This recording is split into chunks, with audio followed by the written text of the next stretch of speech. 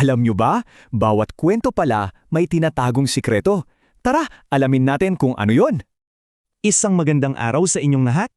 Tanong ko lang, naniniwala ba kayo na bawat kwento ay may tinatagong sikreto? So ano nga ba ang sikretong ito? Ito yung aral na kumakausap mismo sa puso natin.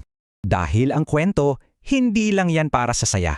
Mas mahalaga para ito magturo sa puso. At para mas maintindihan natin, may ibabahagi akong maikling kwento sa inyo. Dito, hindi lang tayo matututo, kundi may babahagi rin natin sa iba ang mga aral. Okay, handa na ba? Makinig ng mabuti, buksan ang isip at hanapin natin ang mga aral. Okay, game na! Halika na at pumasok sa mundo ng kwento. Alam nyo, sa bawat kwentong pambata, di ba, may nakatagong aral tungkol sa pagiging bayani? Well, ngayon, sisilipin natin ang kwento ni Circe at ang mahiwagang kaibigan. Titingnan natin kung ano ba talaga ang ibig sabihin ng katapangan at kung paano nga ba ang isang simpleng adventure nagiging isang epic na alamat. Minsan, di ba parang may naririnig tayong tawag mula sa kung saan? Para kay Circe, totoo to, isang boses talaga mula sa mahiwagang gubat. At yung simpleng mga salitang, tulungan mo ako, yun na pala ang simula ng pagbabago ng lahat para sa kanya. Okay, so eto si Circe. Imagine ninyo, simple lang ang buhay niya. Laro dito, tawa doon, sa isang maliit na baryo. Akala niya, another ordinary day lang to. Pero yun pala, may ibang plano ang tahanan para sa kanya. At then, boom! Sa gitna ng gubat, nakita niya si Lumo. Grabe, isipin nyo, parang pinaghalong kuneho at paru-paro, kumikinang pa. Ang ganda, di ba? Pero may problema pala. Naliligaw si Lumo, galing pa sa mundo ng liwanag. Bigla, yung ordinaryong araw ni Circe naging misyon na. Kailangan niyang tulungan ang bago niyang kaibigan. So sa mga kwento, ito yung part na tinatawag nating call to adventure. Yung moment na ang isang ordinaryong tao biglang may chance gumawa ng something extraordinary. Alam nyo, hindi lahat sumasagot sa tawag na yan eh.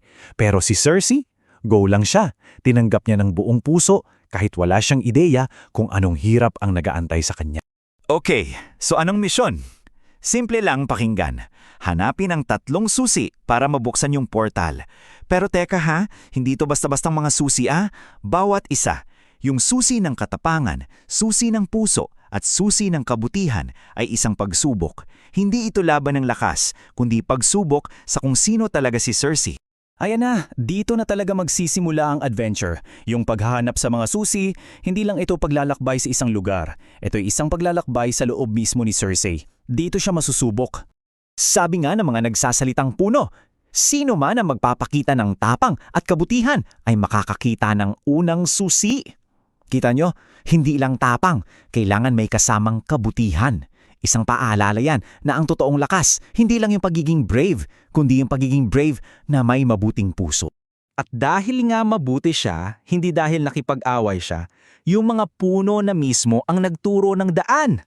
Tapos, bilang reward sa kabaitan niya, binigyan siya ng mga diwata ng gintong susi. Boom! First key, check. Mission 1 complete. Pero yung susunod na challenge, iba, mas personal. Ito yung tinatawag na ilog ng mga salamin. Grabe to, kasi hindi tubig yung dumadaloy dito, kundi mga refleksyon ng kaluluwa mo. Dito, ang kalaban mo hindi yung monster sa labas, kundi yung mga anino sa loob-loob mo. Tingnan nyo to. Sa isang side, yung mga takot niya, yung mga bumubulong ng di mo kaya yan. Tapos sa kabilang side, yung mga pangarap niya na nagsasabing kaya mo yan. Kailangan niyang harapin pareho. Relatable to, di ba? Yung pagbabalanse ng takot at pangarap natin. At para mas maging challenging, may actual monster pa. Gawa sa alon. Paano nila tatalunin? Simple lang, teamwork. Dito talaga pinapakita na mas madaling harapin ang mga takot mo kapag may kasama kang kaibigan, di ba? Yung pangatlong susi naman, hindi niya nakuha sa isang malaking away. Nakuha sa isang simple at tahimik na moment. Tumulong lang siya sa isang bata na hanapin yung alaga niyang dragon nang walang hinihintay na kapalit. Yun yung pure kindness. At bigla na lang, lumitaw yung huling susi. Galing, no? Okay, kumpleto na ang 3 susi. So anong susunod? Siyempre, yung final boss. Oras na para harapin ang pinakamalaking kalaban, ang mismong kadiliman. Ito na yun, ang final battle na. Pero teka muna, bago pa yung final boss, may isa pa silang hinarap, ang aninong tagabantay. At ito yung aha moment. Yung anino na to, hindi pala ibang nilalang. Ito ay yung pinagsama-samang takot nila. Dito mo makikita na minsan, ang pinakamalakas na kalaban natin ay tayo rin pala. At sa gitna ng lahat ng yan, sa gitna ng takot, sinabi ni Lumo, magkasama tayo, kaya natin ito. Grabe, yung mga salitang yun, hindi lang basta pampalakas ng loob, yun na mismo ang naging sandata nila. Pinapaalala sa atin na ang friendship, yan ang pinakamalakas na ilaw laban sa kahit anong dilim. So paano ba nila tinalo yung final monster? Dito sa table, makikita natin yung breakdown at ito yung sobrang ganda para sa akin. Hindi lang ito basta labanan. Tingnan nyo, yung courage nila, ginamit nila para harapin yung monster, kaya umurong yung dilim. Yung kindness nila, ginamit para protektahan yung mga inosente, kaya humina yung monster. Tapos yung friendship, pinagsama nila yung lakas nila. Boom! Talo yung monster! Bawat virtue may specific na action at outcome. Ang galing na pagkakasulat! At pagtapos na ang laban, siyempre dumarating na rin ang katapusan ng adventure. Oras na para umuwi. Pero kasama nito, yung medyo malungkot na part, yung pamamaalan. At ito yung huling sinabi ni Lumo kay Cersei, at siguro ito na yung pinaka-importanting aral sa lahat. Palaging tandaan, ang totoong magic ay nasa puso mo. Wow! Hindi pala spells, hindi kapangyarihan, nasa puso ng pala natin lahat. Tapos, sa isang huling paalam, pumasok na si Lumo sa portal para umuwi. Naiwan si Cersei. Mag-isa na ulit siya. Pero, hindi na siya yung dating Cersei na umalis sa baryo. Isa na siyang bayani. Binago ng mga pinagdaanan, pinalakas ng isang kaibigan. Pero akala nyo tapos na? Hindi pa. Kasi ang pinaka-importante sigurong part sa journey ng isang hero ay hindi yung laban, kundi yung pagbalik niya. At kung paano niya i-share sa iba yung mga natutunan niya. Pag-uwi ni Cersei, hindi niya sinolo yung experience niya. Kinuwento niya sa lahat yung tungkol sa tapang, sa kabutihan at anong nangyari. Parang domino effect, yung kabutihan kumalat sa buong baryo. At dahil doon, yung paligid nila mismo nagsimulang kumislap sa mahika.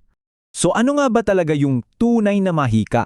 Sabi sa kwento, simple lang. Ito yung kabutihan, katapangan at pagkakaibigan na nagdadala ng liwanag sa mundo. Simple pakinggan pero sobrang lalim ng meaning, di ba? So ito yung mga key takeaways sa kwento ni Cersei. Una, yung totoong magic, hindi spells, kundi yung mga magagandang ugali. Pangalawa, kahit gaano kaliit na kabutihan, may impact yan. Pangatlo, lahat tayo pwedeng maging hero sa sarili nating kwento. At yung pinaka-importante, walang dilin na di kayang talunin ng tapang at pagkakaibigan. Kaya ang iiwan kong tanong para sa inyo ay ito. Ang mahika ni Cersei, di ba? Kabutihan at tapang. Ikaw, paano mo naman ibabahagi yung sarili mong mahika sa mundo?